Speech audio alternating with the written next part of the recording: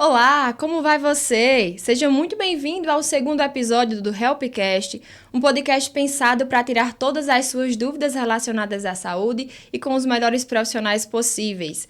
Eu me chamo Paloma Maeli e hoje eu estou acompanhada de duas mulheres maravilhosas para conversar sobre um assunto que está super em alta, o carnaval.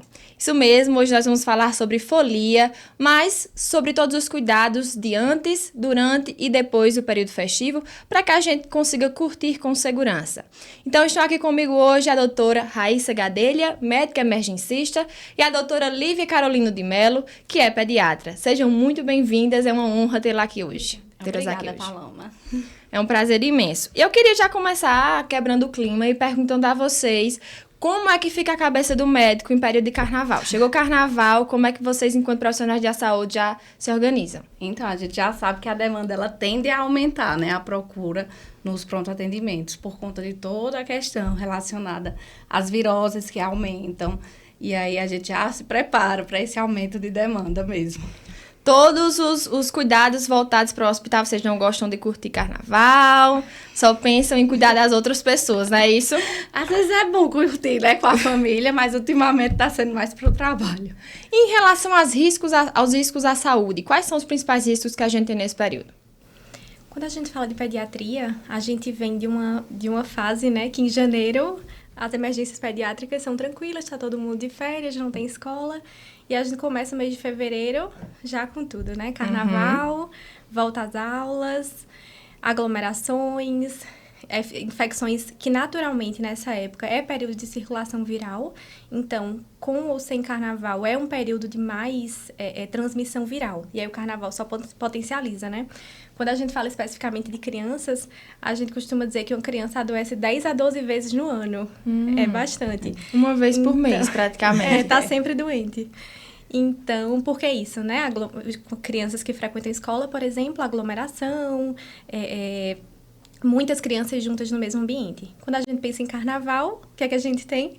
Muita aglomeração, né? Então, realmente, a expectativa é que as doenças virais nessa época já comecem a aumentar. Quais são os principais casos que a gente nota que depois do carnaval foram mais registrados? Então, a gente tem muito aumento, como Lívia falou, das viroses respiratórias, viroses gastrointestinais. A gente tem os casos de desidratação, insolação, porque quem para e vai para praia, para as festas, acaba exagerando um tempo no sol, fica lá, não bebe água, curte muito, e aí tem toda aquela questão, né? Então, a gente vê muito esses casos. Aí, além disso, a gente também tem voltado para o lado do adulto, né? A doença do beijo, que é a mononucleose, casos de conjuntivite, ISTs. Então, tudo isso vem aparecer no período pós-carnaval. Você citou essas aí, eu queria detalhar uma por uma para que o pessoal de casa entenda, afinal o intuito desse podcast é esse. A gente está muito feliz de colocar ele no ar, porque é uma forma de levar conhecimento às pessoas que muitas vezes é como se assustassem, né? Fala de saúde, são termos muito técnicos e as pessoas acabam se afastando disso tudo. Então, é muito feliz para a gente estar aqui hoje levando esse assunto para as pessoas. Você falou primeiro sobre virose. Vamos conversar sobre viroses. Quais são as principais e como a gente pode se prevenir? Então, eu falei tanto das gastrointestinais, que são relacionadas à alimentação, águas que não são tratadas, e tem também as viroses respiratórias, que aumentam nesse período, né? Principalmente por conta das aglomerações. Então, tem muita gente que vai doente pro bloquinho, não quer saber, e vai curtir, e acaba acontecendo, né? Então, a gente tem que ficar de olho nisso. Na parte da pediatria, acho que é mais o vírus sincicial respiratório, né, Essa Lívia? época começa de forma sazonal mesmo, nos meses, sobretudo de março, mas já agora, finalzinho de fevereiro, é um período de circulação do vírus sincicial respiratório, né? Que é o que causa a temida bronquiolite.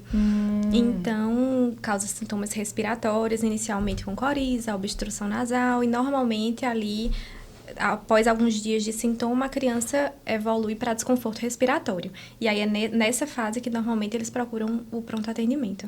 Nos casos das famílias que têm um bebê, criança pequena em casa, como é que os pais que querem aproveitar podem se prevenir para cuidar do filho de forma indireta, né? Sem levar vírus para casa? Assim, a gente precisa ter consciência de qual ambiente é adequado para uma criança, né? Então, por exemplo, blocos de carnaval normalmente não são adequados, né? Porém, existem blocos infantis, né? Então, acho que é procurar esses blocos voltados para crianças. Normalmente eles são feitos em ambientes mais ventilados, a aglomeração é menor, né? Blocos infantis normalmente não tem um público tão grande, né? Como aqueles blocos com festas, com shows, que é realmente voltado para adultos. Então, acho que procurar mais blocos infantis, né? Saber escolher bem para onde vai levar aquela criança, né? Os riscos existem, infelizmente, se você se propõe a sair de casa para um ambiente festivo, aglomerado, o risco vai continuar existindo, né? Mas atentar outras questões, como, por exemplo, o que vai oferecer para essa criança se alimentar. Então, levar comida de casa, às vezes alimentos preparados, comprados na rua, podem ter contaminação, causar intoxicação alimentar. Coisas simples, por exemplo, vai dar uma água para a criança na rua, coloca gelo. Como é que esse gelo foi preparado, né? Foi com água mineral, foi com água contaminada, água não tratada. Então, esses pequenos cuidados são muito importantes. Levar alimento de casa também é muito importante para a criança, né? Já sabe como é que foi preparado. A gente vai fazer de conta que estamos em uma consulta médica e eu aqui estou como paciente. Não sei, eu queria que você explicasse bem desenhadinho essa questão da bronquiolite, que eu acho que é um assunto que preocupa muitos pais hoje em dia. E se tem a mínima ligação com o carnaval, eu queria que você explicasse e falasse bem detalhado como é que o vírus pode chegar até a criança até se transformar numa bronquiolite. Então, a transmissão dele é através de aerossóis, né? Então, em ambientes onde alguém transmite o vírus, e qualquer pessoa pode transmitir esse vírus, o vírus sensicial respiratório, ele é mais comum em crianças, porque crianças ainda têm um sistema imunológico em formação, então, um contato com esse vírus, a tendência é que gere sintomas mais exuberantes, diferente da gente, adulto, que naturalmente a gente vai pegar aquele resfriado, vai evoluir com sintomas gripais, né, obstrução nasal, coriza, tosse, mas vai ficar bem alguns dias depois. Na criança, isso é um pouco diferente. A gente costuma dizer que o primeiro episódio de cansaço da criança da vida normalmente é por vírus sensicial respiratório. Então, é um vírus que tem um potencial de gravidade maior quando infectando crianças. Então, a criança inicialmente apresenta sintomas gripais, como qualquer outro, né? Como eu falei, obstrução nasal, coriza, tosse. E aí, a bronquiolite, ela tem uma evolução natural bem clássica. A criança evolui com esses sintomas inicialmente. Por volta ali do 5º ao 7º dia de doença, ao invés de melhorar o quadro, a criança tem uma piora. Então, o que a gente espera é realmente essa melhora em quadros como a gente habitualmente vê, mas na bronquiolite especificamente, a criança entra em uma curva de piora, que é o período de pico da doença. Nem sempre vem com febre, então febre sempre assusta os pais, mas a bronquiolite normalmente não vem com febre, ela realmente são sintomas gripais que evoluem para uma piora clínica com desconforto respiratório, que aí é o que assusta mais e o que leva os pais a procurarem um atendimento nesse período de doença. Entendi. E um dos pontos que a senhora falou foi sobre conjuntivite. Eu queria que você falasse um pouquinho mais sobre conjuntivite, quais são os sintomas, como é que a gente se previne. Então, a conjuntivite, ela tanto pode ser uma doença causada por vírus como por bactérias. Então, assim, o contato, ele não é feito como muitas pessoas acham de só olhar para a pessoa e pegar. O contato, ele é feito com o contato com a secreção que sai do olho infectado. Então, você tem que ter contato com aquela secreção para poder se contaminar. E aí, os sintomas, eles são olho vermelho, coceira, o olho fica um pouco mais inchado, né? Algumas vezes, saída de secreção amarelada, esverdeada. A gente sente como se tivesse uma areinha, uma pedrinha no olho, né? Exatamente, incomodando. E aí, com isso, a transmissão, como eu falei, ela é por contato. Se você não lava suas mãos, não higieniza, coça seu olho e pega na mão de outra pessoa, você está transmitindo a doença. Ou, quando você está lá, a gente está falando carnaval, né? Às vezes as pessoas se reúnem para passar maquiagem. Ai, amiga, me empresta teu rímel, me empresta teu delineador. Às vezes a pessoa tá com conjuntivite e aí, por emprestar, acaba contaminando a outra. Então, assim, como ela é feita por meio de contato, então sempre tá lavando as mãos, higienizando com álcool em gel e evitar compartilhar produtos pessoais de maquiagem, colírio, essas coisas. Inclusive, eu lembrei agora que a doutora Raíssa está grávida. Parabéns pela gravidez. Obrigada. E surgiu a questão, para a mulher grávida, esses riscos são amplificados? Como é que funciona? Com certeza, porque a imunidade da grávida, ela cai muito, né? A gente trabalha por dois, o corpo trabalha por dois. Trabalha pelo corpo da mulher e trabalha para gerar o filho. Então, a imunidade, ela já está mais baixa. Então, assim, tem que ter cuidado com tudo isso, né? Quando vai sair para esses ambientes, sempre tá em lugares mais arejados, evitando aglomerações, porque a grávida, ela fica mais suscetível, assim como a criança também, né, a pegar as doenças oportunistas dessa época. Entendi. E a gente também mencionou aqui sobre sol, né? Calor, como é que a gente pode se prevenir, quais são as preocupações que a gente deve ter com a exposição ao sol, desidratação, enfim. Então, é um problema, porque carnaval, a maioria das pessoas ou vai pra praia e passa o dia todinho na praia, ou vão pros bloquinhos de carnaval curtir o dia todo. E aí a gente tem que ter cuidado com isso. Então, sempre é bom aplicar protetor solar, né, um fator de proteção acima de 30 e ficar reaplicando a cada 2 horas, né? Se possível, usar boné, chapéu, sombrinha para se proteger do sol, né? Roupas claras, leves e beber bastante água. Isso é o segredo para quem vai fazer qualquer coisa que se expõe ao sol, beber água, né? Porque aí a gente bebendo água, a gente acaba hidratando nosso corpo e evita os sinais de desidratação, né? O que pode acontecer se a gente desidratar? Sempre quis saber. Um sinal bem característico é a redução da diurese, né? Do xixi. Quando a gente não bebe água, automaticamente a gente vai menos ao banheiro, né? A gente faz menos xixi. Uhum. Então, na criança, por exemplo, é uma criança ali que a mãe percebe que a fralda está sempre seca, observar, porque é um sinal de desidratação, né? Fora isso, tem outros sinais, que aí indicariam uma gravidade um pouco maior. Então, a criança com irritabilidade muito intensa, a criança desidratada fica muito chorosa, muito irritada. Ou sonolência, né? Pode ser o contrário também. O contrário da irritabilidade, a criança ficaria muito sonolenta. Olhos fundos, boca muito seca, ausência de saliva. A gente, quando tá com sede, sente, né? A boca um pouquinho mais seca. Se a gente olha a mucosa de uma criança que tá desidratada, a gente percebe essa ausência de saliva. Então, são alguns sinais como esses. A gente também falou sobre alimentação e eu queria que a gente explicasse com mais detalhes ainda o que é que o folião precisa se ater para ele evitar assuntos que provavelmente possam estar contaminados. Então, eu acho que o principal é ter cuidado onde vai se alimentar e, se possível, ver quanto tempo aquela alimentação está exposta ao sol.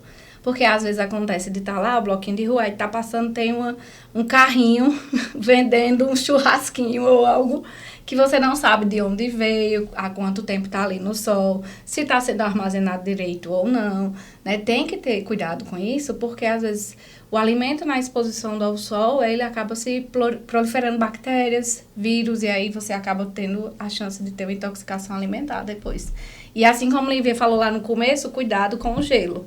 Né? Tá passando ali pelos bloquinhos, vai beber algum refrigerante, água ou bebida alcoólica que seja, né? Ter cuidado de se esse gelo foi água filtrada, se não foi. Quem tá manuseando o gelo, se tá lavando aquelas mãos do jeito direito, né? Porque às vezes acontece de não lavar, pega de todo jeito, bota no seu copo, você bebe e aí acaba você se contaminando e tendo uma intoxicação alimentar. Em relação à bebida alcoólica, existem muitos problemas nesse período com bebidas alcoólicas, a gente sabe, né? Mas quais são as principais causas, os principais casos que chegam até vocês relacionados a bebidas? Então, acho que o que mais chega são os casos relacionados aos excessos da bebida, né? As pessoas costumam beber e esquecem do principal, se hidratar. Uhum. Então, assim, você bebe, você acaba causando uma desidratação do seu corpo. Você acha que não, você acha que por estar ingerindo álcool está hidratando, mas não, pelo contrário, você está fazendo o efeito oposto. Você causa uma desidratação e aí o que acontece de aparecer nos pronto atendimentos são pacientes com desidratação, pacientes que fazem hipoglicemia porque não comem, que é a baixa da glicose, né? Não comem, investem na bebida. E também o coma, né? Que seria o caso mais grave, que é o coma alcoólico, né? O paciente chega desacordado, completamente irresponsivo. Esses são os casos mais comuns. De uma forma técnica, como é que a gente pode explicar para o paciente que a bebida que ele está ingerindo, alcoólica, está causando desidratação? Então, observar essa questão da diurese, né? Da urina, a quantidade da urina, se está diminuindo. Observar se está ficando tonto, né? a dor de cabeça muito forte, uma sensação de que vai desmaiar, né? Tudo isso tem que ficar de olho. Só que aí, como tem o álcool envolvido, acaba tirando essa percepção dos sintomas. O álcool, ele mascara. Então, você acha que tá tudo bem ali, você só vem sentir alguma coisa depois que passou horas e horas e horas, né? Então, fica bem complicado para quem ingere bebida alcoólica nesses momentos de diferenciar. Então, assim, o que é que eu sugiro? Se vai beber, lembra de beber água.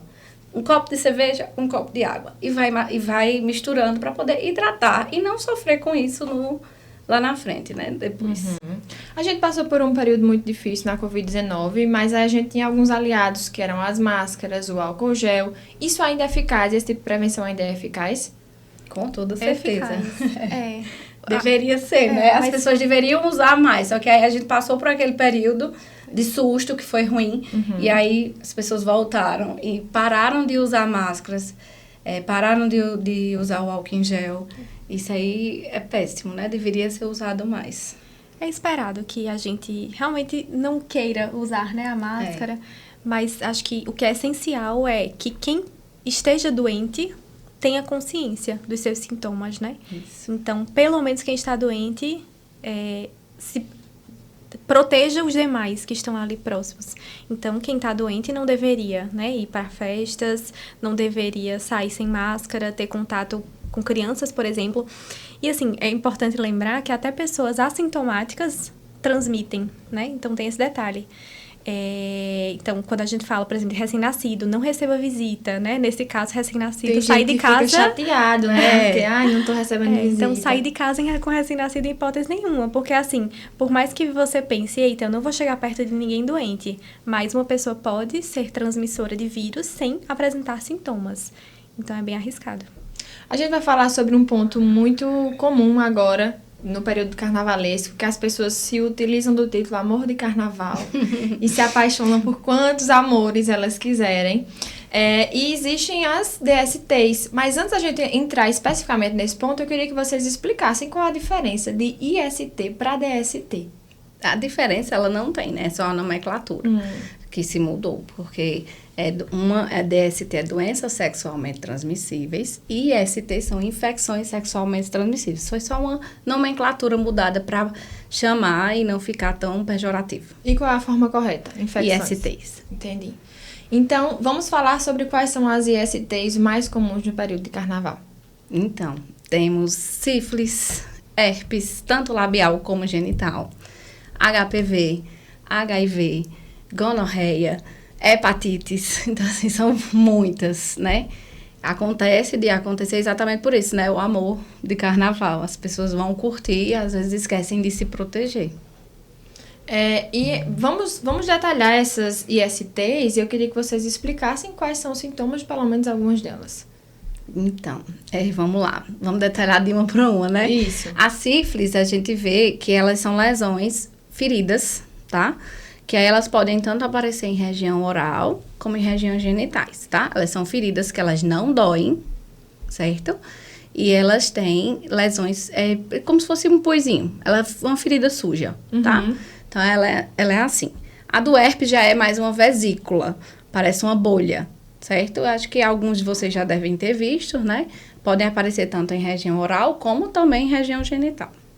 Quando a senhora diz oral, pode boca. ser fora, ao redor e dentro da também. Boca. Isso. E aí, pra gente saber como se cuidar, o que é que a gente deve fazer? Então, o principal é se preservar, né? É usar os preservativos. A gente tem aí disponível, né, no SUS, de graça. Então, se você vai curtir, você deseja curtir esse amor do carnaval, passa lá, pega sua camisinha para se prevenir, certo? Que esse aí é o principal método de escolha para prevenção de ISTs. Não tem outro, né? O que pode acontecer é que, se caso houver uma falha, você consegue fazer a profilaxia pós-exposição, que ela é feita até 72 horas. Mas aí ela pega mais a questão do vírus HIV, tá? Mas isso não é para ser feito sempre. Tipo, não vou usar camisinha e depois eu vou atrás da minha profilaxia pós-exposição. Não é assim. O certo é você se prevenir sempre e caso aconteça de uma falha, você sim tem uma alternativa aí. Essas doenças só podem ser passadas através do sexo? Algumas através dos sexos e algumas através de contato com o sangue. Entendi. E como é que isso afeta as crianças? Por exemplo, um beijo com saliva, existe alguma infecção que pode afetar a criança? Raíssa falou sobre a doença do beijo, né? E aí eu lembrei que é a mononucleose, que inclusive eu sempre falo para os pais, quando eu dou o diagnóstico de mononucleose, eu falo, se você for pesquisar no Google, vai aparecer como doença do beijo, mas calma, sua criança não beijou ninguém, porque o contato com saliva contaminada pode causar a transmissão do vírus. Então, sim, por exemplo, a criança estar perto de alguém que está falando e está portando o vírus, a criança pode se contaminar. Então, a mononucleose é um exemplo bem importante e bem relevante na pediatria. Falamos de 2 exemplos, eu queria ouvir mais. Eu acho que é muito comum, né? ISTs, eu queria que vocês falassem mais de problemas relacionados a isso específico. Então, a gente tem ainda a gonorreia, como eu falei, né? Ela aparece, os sintomas, elas são corrimentos, então tem que ficar de olho, corrimento, irritação na região genital, né? E aí você precisa procurar um médico para poder fazer toda a questão do diagnóstico. Tem o HPV, que aí o HPV, ele vem associado a uma verruga, certo? A verruga na região genital ou na região oral, tá? E aí esses são os sintomas característicos. Da questão do HIV, ele é mais... como é que eu posso falar? Você precisa fazer o acompanhamento e fazer o teste, né? Todos eles precisam de teste para dar positivo. Não é só pelo clínico, né? Não é só o diagnóstico clínico, precisa de teste, mas o HIV precisa do teste sanguíneo, né? Quando vem aparecer os sintomas, ele já está numa fase um pouco mais avançada. Entendi. Existem hábitos que o paciente pode fazer antes mesmo de curtir o carnaval para evitar esse tipo de contágio? De todas essas que a gente já falou aqui, não necessariamente das ISTs. Eu acho que, assim, o principal é cuidar da saúde, né? Melhorar a qualidade de sono, se alimentar melhor, frutas, verduras, né? Beber bastante água, se exercitar. Eu acho que isso aí é muito importante, porque aí você aumenta a sua imunidade, você consegue, né, lidar melhor com esse período. Parece até que é algo que é combinado. Sempre que a gente pergunta a um médico o que é que pode fazer, sempre fala de sono, sempre fala de alimentação, e às vezes as pessoas nem acreditam que é eficaz, né? Mas acaba sendo muito eficaz. Isso. Então, agora vamos falar sobre o pronto atendimento. Em quais situações específicas o paciente percebe que deve procurar o pronto atendimento? Então, na parte, eu acho que é geral aqui, acho que o que eu falar vai servir tanto para adulto como para criança. Se eu tiver algo livre, você me complemente. Mas eu acho que é assim, febre alta que não passa com o uso do antitérmico, né? Você dá a medicação, você viu que não melhorou, e aí não passou, leva para o pronto atendimento, né? No caso de vômitos e diarreias que estão persistentes, falta de ar, dor no peito, né? Desmaios ou sensação de desmaio, desidratação muito grave, no caso da criança, como Lívia falou, parar de urinar, do adulto também essa questão, né? Então, tudo isso faz com que você vá procurar um pronto atendimento para você ser atendido, né? Porque aí você pode até evitar uma coisa mais grave. Acrescentar alguma coisa, doutora? É basicamente isso mesmo, né? Na pediatria, o que a gente mais vê como motivo de procura, né, que os pais estão certíssimos em levar, é realmente febre persistente, vômitos muito intensos que não cessam, nos casos respiratórios, a criança passar a apresentar um desconforto respiratório. Aí você falou muito bem. Qual a importância de buscar esse atendimento cedo? É evitar uma piora importante, né? Então, se uma criança tem um desconforto respiratório em casa, se houver uma demora a procurar o pronto atendimento, ela pode chegar já em um quadro mais grave que demande outras intervenções que talvez não seriam necessárias se chegasse ali em estágios iniciais da doença, né? Por exemplo, falando em quadros de desidratação, se a criança chega já com um estado de hidratação muito grave, ela pode evoluir para um choque, que aí vai indicar um internamento em leito de UTI, para estabilização. Então, esses quadros são potencialmente muito graves. Existe algum caso que vocês viveram na prática de alguém que esperou ficar bom em casa e chegou lá e já estava em uma situação muito comprometida? Já, sim, com certeza. Vocês conseguem contar alguma coisa, alguma situação que já viveram? Então, acontece muito, principalmente por demorar de ir à procura do médico por achar que isso é algo besta, né? Então, assim, as palavras usadas assim. E aí teve um caso que foi de um paciente que estava pós-carnaval, inclusive. E aí ele tinha ido curtir o carnaval, voltou do carnaval com aquele quadro de respiratório, obstrução, né? Coriza, febre baixa. E aí esses sintomas foram piorando e ele achando que ia dar conta em casa. Quando ele chegou pra gente no pronto atendimento, ele já estava num quadro grave de Covid, inclusive na época, né? E aí a gente teve que internar, teve que levar para leito de UTI, porque precisou demandar mais oxigênio. Então, tudo isso foi tudo gerado por um atraso da busca do médico, né? Mas você conseguiu reverter o quadro? Conseguiu. Graças a Deus. Como é que o pronto atendimento do HELP está estruturado para receber esse tipo de demanda? A gente tem plantonistas, né, 24 horas, tanto na pediatria quanto no pronto atendimento adulto. Então, a qualquer momento que houver procura pelo serviço, terá um pediatra ou um clínico para atender esse paciente, né? Fora toda a equipe de enfermagem que vai dar um suporte ao atendimento desses pacientes. Isso. Quais serviços nós temos para oferecer atendimento rápido e seguro aos pacientes? Além do pronto atendimento pediátrico e clínico, a gente também tem o pronto atendimento obstétrico e ortopedia. Hoje também 24 horas, tá? Fora isso, nós temos um laboratório dentro do hospital que faz com que os exames saiam mais rápidos. E também um centro de imagem dentro do hospital que nos ajudam. Então, assim, a gente tem uma estruturação do PA para essa época do ano e para toda a época do ano, para a gente ter agilidade e segurança no tratamento do paciente. Voltando rapidinho ao ponto que a gente falou sobre STs, a gente sabe que existe um tabu muito grande ainda no entorno dessas infecções, e eu queria que vocês falassem o que é que as pessoas precisam entender para que deixem um pouquinho a vergonha de lado e procurem o pronto atendimento. Acho que qualquer sintoma que ele tiver, né, nas regiões genitais ou orais, que seja algo incomum dele, né, após uma exposição, ele precisa procurar o médico, né, para poder ser avaliado. E como é que a gente sabe que os profissionais estão ali à disposição, mas a população pode ajudar como os profissionais nesse período do ano? Se cuidando, para não ter alta demanda. Então, se cuidando mesmo, né? Evitando esses exageros, que às vezes o exagero é o que pega. Então, evitar ficar horas e horas e horas ao sol, né? Aumentar a ingesta hídrica, tentar evitar aglomerações. Eu sei que esse pedido é impossível, né? Mas tentar evitar, e acho que é assim. Onde e como a população pode se informar melhor sobre tudo isso que a gente conversou aqui? Em postinhos de saúde, né? Assim, porque, assim, procurar um hospital é um quadro de emergência. Ele tem que estar na procura do hospital em um quadro de emergência.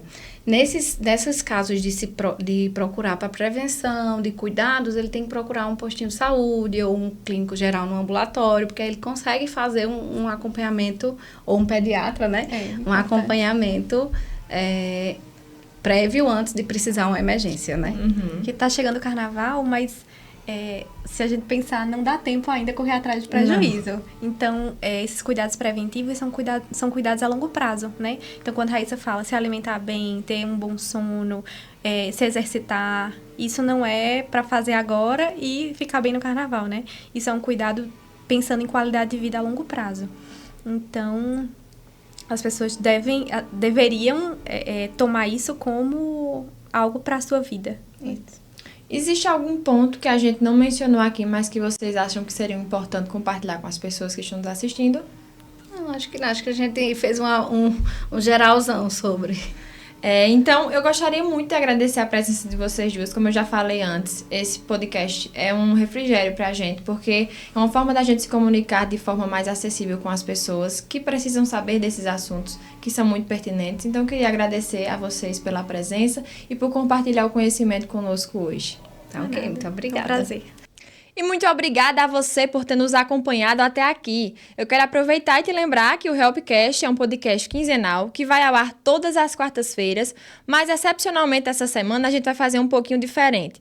Na quarta-feira a gente vai soltar só aqui no YouTube e na próxima sexta-feira vai ao ar também na TV, na Rede Ita, canal 18.1. Então fique ligado, dá uma olhadinha no episódio anterior, onde a gente falou sobre saúde da mulher, especificamente sobre endometriose e gestação. Acompanhe Acompanhe também as redes sociais do Hospital Help, lá no Instagram, Hospital Help, e aqui no YouTube, a mesma coisa. Muito obrigada e até a próxima!